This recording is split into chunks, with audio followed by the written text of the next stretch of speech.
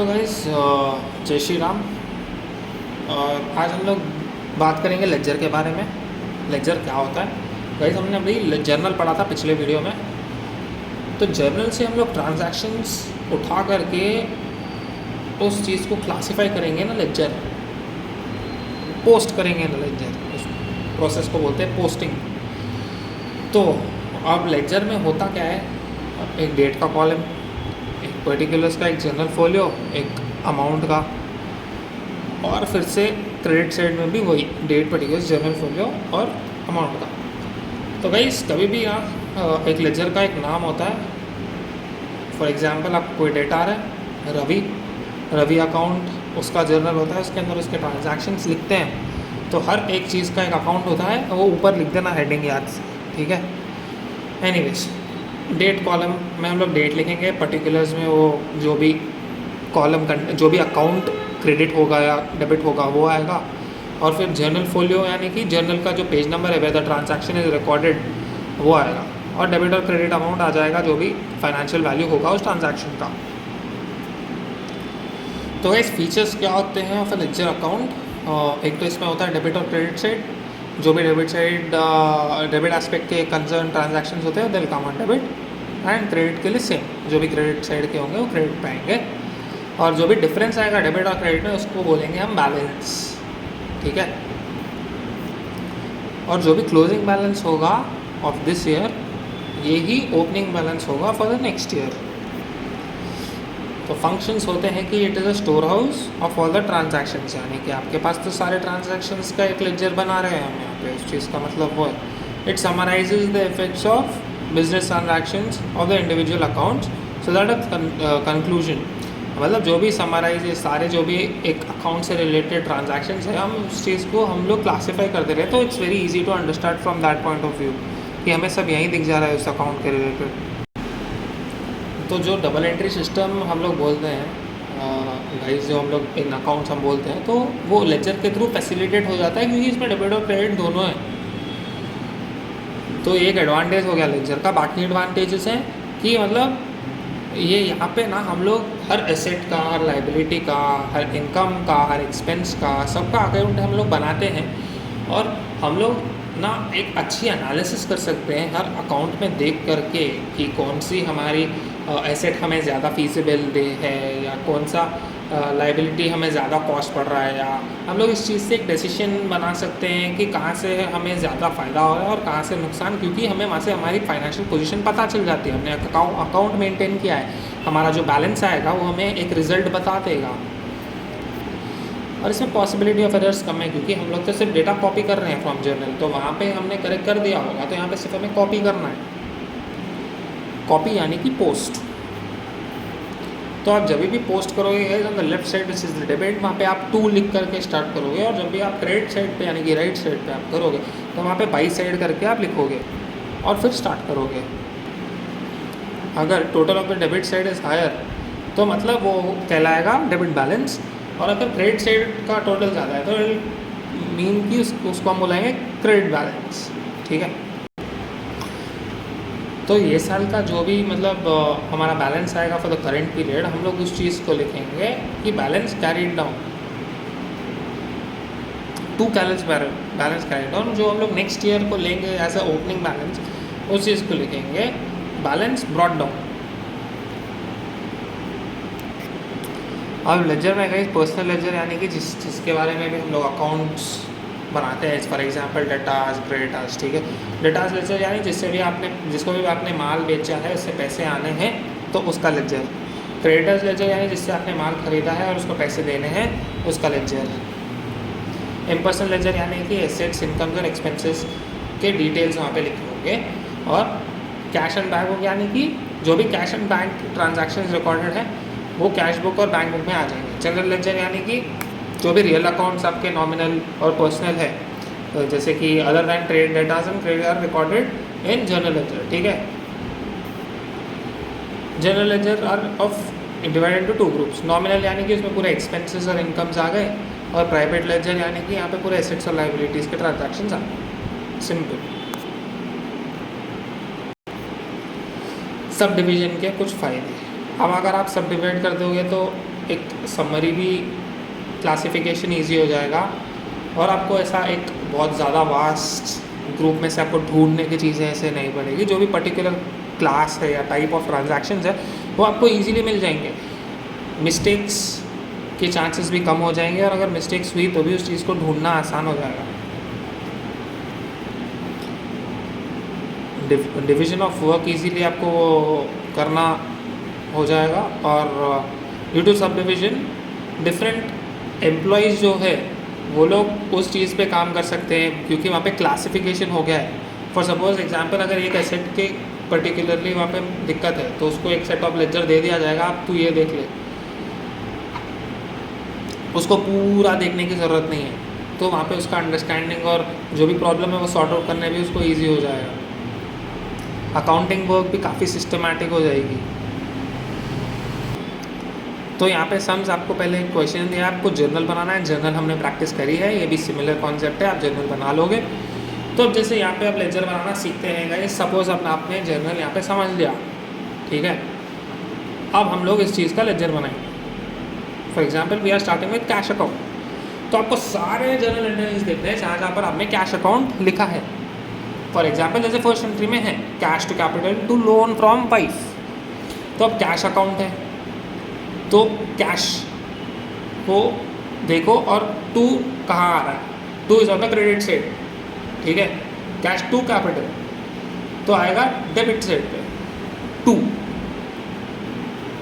हाँ, this is journal में credit लिखते हैं मगर when you see in ledger point of view वो डेबिट साइड पे आएगा। Cash was on the debit side, तो जो भी क्रेडिट साइड आइटम है वो आएंगे डेबिट साइड और लेजर, ठीक है।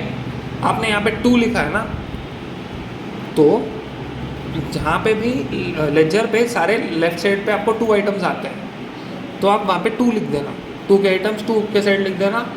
और बाई के आइटम्स, बाई यानी कि जो भी डेबिट, जैसे यहाँ पे बाई कैश है तो बाई कैश तो हम लिखेंगे नहीं क्योंकि कैश अकाउंट है, मगर अगर सपोज बाई कुछ और होता, जैसे कि यहाँ पे परचेज है, हाँ अब आपको दिख रहा होगा बाई परचेज अकाउंट, यहाँ पर जैसे मैं बता रहा हूँ first entry purchase to cash, आपको जर्नल भी दिखा देता हूँ। सेकंड वाली एंट्री परचेज टू कैश, तो बाई आएगा कैश टू पे तो बाई में लिख चला जाएगा परचेज।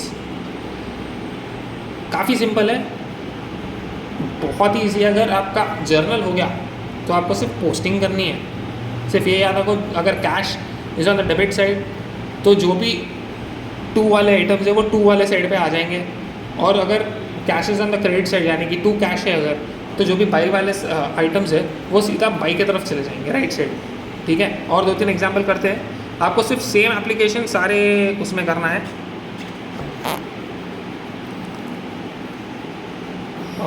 परचेज टू कैश हमने कर दिया था ये।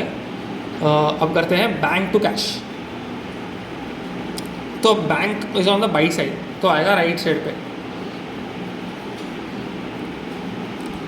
अब loss by fire to purchase, वो कैश से रिलेटेड तो है नहीं। कैश टू कमीशन, तो टू कमीशन है ना, तो सारे लेफ्ट साइड पे आते हैं टू वाले आइटम, तो लेफ्ट पे लिख देंगे हम कमीशन को 3500। सिंपल पोस्टिंग है गाइस, सिर्फ रेफ़र करो आप समझ जाओगे वो चीज़, काफ़ी इजी है।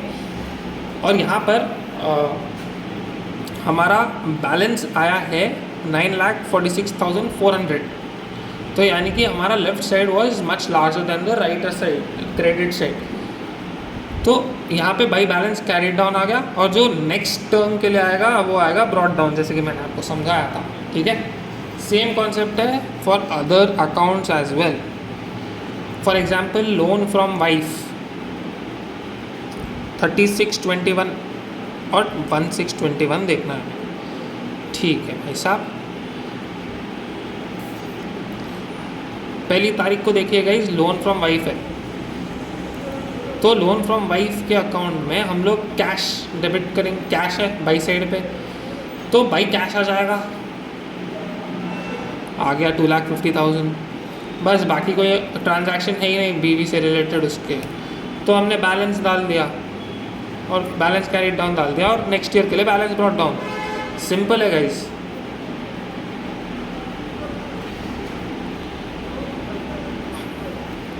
यही सेम कॉन्सेप्ट है, ठीक है। और इसने यहाँ पे ट्रायल बैलेंस भी बना दिया। अब जैसे कि यहाँ पे हमने बैलेंस कैश अकाउंट में आया था हमारा 9,46,400, ठीक है, और कैश इज़ अ एसेट, तो एसेट के सारे आइटम जो भी है वो डेबिट साइड पे आएंगे गाइस, ठीक है। तो इसने यहाँ पे डेबिट साइड पे लिख दिया कैपिटल इज अ लाइबिलिटी 7,50,000 वहाँ आएगा, loan is a liability, purchase inventory is an asset तो डेबिट, सेल्स इनकम है तो credit, bank is an asset, loss by fire loss है डेबिट होगा, कमीशन इनकम है क्रेडिट, डिस्काउंट अकाउंट ये allowed होगा तो discount is an expense, loss is loss debit, interest is an income which is received will be credited. ये basic points है guys, इसको कभी मत भूलना, यही है एप्लीकेशन यहाँ पर जो कि इम्पॉर्टेंट है। Laser is a very easy concept. Trial balance अगर आपने अभी ये 1 मिनट सुना होगा तो यही है इसका कॉन्सेप्ट। सस्पेंस अकाउंट भी होता है, देखेंगे अगर आते हैं इसमें सिलेबस में आपके है तो देखते हैं करते हैं। एक और समय गई जहाँ पे आपने इसका जर्नल बना देना है, वही नरेशन भूलना नहीं, in the books of MS कठौरी। ये छोटे छोटे गलतियाँ होते हैं, किसके अकाउंट आप बना रहे हो, जर्नल लिखना, ये हेडिंग डालना, डेबिट क्रेडिट लिखना, बच्चे अक्सर इसमें गलती करते हैं, ये सब मत करना, फॉर्मेट अच्छे से बना के आना, नरेशन मत भूलो। लेजर बनाते हैं और कैश अकाउंट तो चलो हम लोग ने अभी करा है, कुछ और करते हैं। चलो सेल्स अकाउंट बनाते हैं, ठीक है। तो अब हम लोग सेल्स का वर्ड जो शब्द है जर्नल में जाके ढूंढते हैं, डेबिट या क्रेडिट साइड कहीं आया होगा ना, यूजुअली क्रेडिट ही होता है। तो 7 तारीख को देखो, ठीक है, कैश टू सेल्स, तो मतलब अब कैश डेबिट है तो वो बाई साइड पे आएगा इन सेल्स अकाउंट। चलते हैं for 700 rupees, by cash 700 rupees आ गया। अब 24 तारीख को कुणाल सन्स का भी बाई साइड पे टू सेल्स तो 3,500, ठीक है, आ गया। बस बाकी और कुछ है नहीं, इसने कैरीड डाउन लिख दिया फॉर द करेंट ईयर, और नेक्स्ट ईयर के लिए सेम अमाउंट लिख दिया ब्रॉड डाउन। सेम कॉन्सेप्ट है गाइस, इसमें फुल मार्क्स लाने हैं, गलती की कोई गुंजाइश ही नहीं है। एटलीस्ट लेजर गलती करोगे तो जर्नल में करोगे, इसमें मत करके आना। Trial balance is nothing but जो आपका बैलेंस आता है उस चीज़ को आप पोस्ट करोगे इसमें। इसका फॉर्मेट काफ़ी ईजी है, नेम और amounts of debit and credit. Cash फिर से रिपीट कर देता हूँ, याद हो जाएगा। कैश एक एसेट है, डेबिट होगा। कैपिटल लाइबिलिटी है, credit. Purchase is an asset, debit. Sales income है, क्रेडिट होगी। Machinery asset, debit. ये इस इंटरेस्ट पेएबल है तो ये आ जाएगा एक्सपेंसेस, डेबिट होगा। सिमिलर कॉन्सेप्ट है गाइस। अब मैं ये रिपीट है तो मैं नेक्स्ट क्वेश्चन पे जा रहा हूँ। परचेज बुक, परचेज बुक में आपको सिर्फ जो क्रेडिट परचेजेस है वो ट्रांजैक्शंस लिखनी है। अगर परचेज फॉर कैश बोला है तो उस चीज़ को आपने इग्नोर कर देना है। कई बार बच्चे सोचते हैं कि वर्थ 6,000 रुपीज़ यानी कि कैश पे लिया, मगर ऐसा नहीं होता।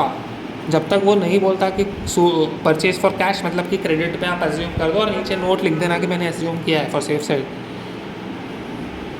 जैसे कि 9 तारीख को इसने लिखा है कि sold goods to P Kumar on cash, तो वो नहीं आएगा सेल्स बुक में। दिख रही है यहाँ पे 500 की एंट्री नहीं दिख रही।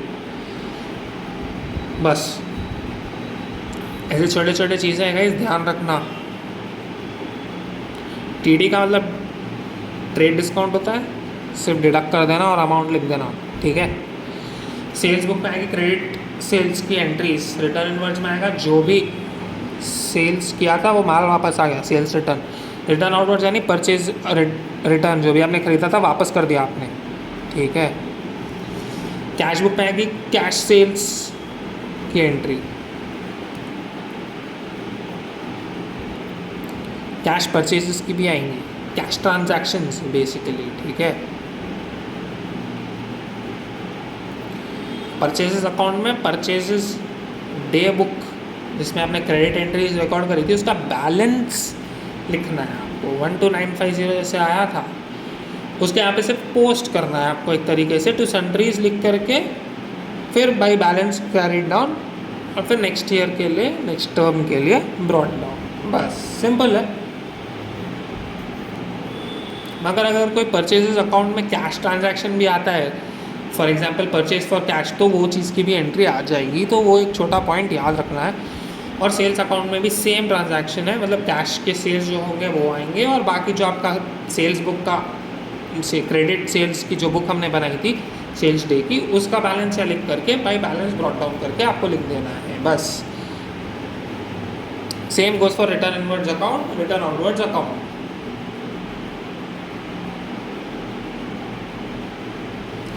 बाकी ये अकाउंट्स है गाइस, लेजर बनाना काफ़ी सिंपल है, मैंने आपको सिखा दिया है।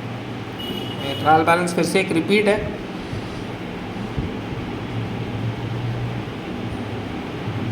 Return inwards is an asset क्योंकि आपका एसेट बढ़ रहा है, रिटर्न आउटवर्ड्स क्योंकि आपका इन्वेंट्री घट रही है, फिक्स्ड एसेट जा रहा है तो लाइबिलिटी बढ़ रही। सपोज एग्जांपल, लाइबिलिटी बढ़ नहीं रही, एसेट डिक्रीज करके क्रेडिट हो रहा है, ठीक है। अब यहाँ पर ये एक लास्ट समय काफ़ी इंटरेस्टिंग है, थोड़े मिस्टेक्स हुए गए हैं ट्रायल बैलेंस में, ठीक है। तो we have to put the correct trial balance amount. तो अगर ओपनिंग स्टॉक अंडरस्टेटेड है तो उस चीज़ को हमारे डेबिट साइड को बढ़ाना पड़ेगा, क्योंकि एसेट बढ़ेगा तो डेबिट साइड में बढ़ेगा। हमने पहले देखा है ना, एसेट डेबिट साइड पे आता है अगर इंक्रीज होता है तो वही सेम कॉन्सेप्ट है। अगर एक्सपेंसेस ओवरस्टेटेड है तो कम करेंगे, और डेबिट साइड पे आता है अगर एक्सपेंस होता है, तो अगर कम करना है तो उसका उल्टा हो जाएगा, ठीक है। तो हम लोग यहाँ पे उसको डेबिट करेंगे माइनस, ठीक है। -240 लिखा है उसने, इसलिए ये मत करके आ जाना कि तुम क्रेडिट साइड लिख दो। तो वही है गाइस, जो डेबिट होना चाहिए अगर वो ओवरस्टेटेड है तो हम लोग उसको माइनस कर देंगे, और अंडरस्टेटेड है तो उसको प्लस कर देंगे, सिंपल।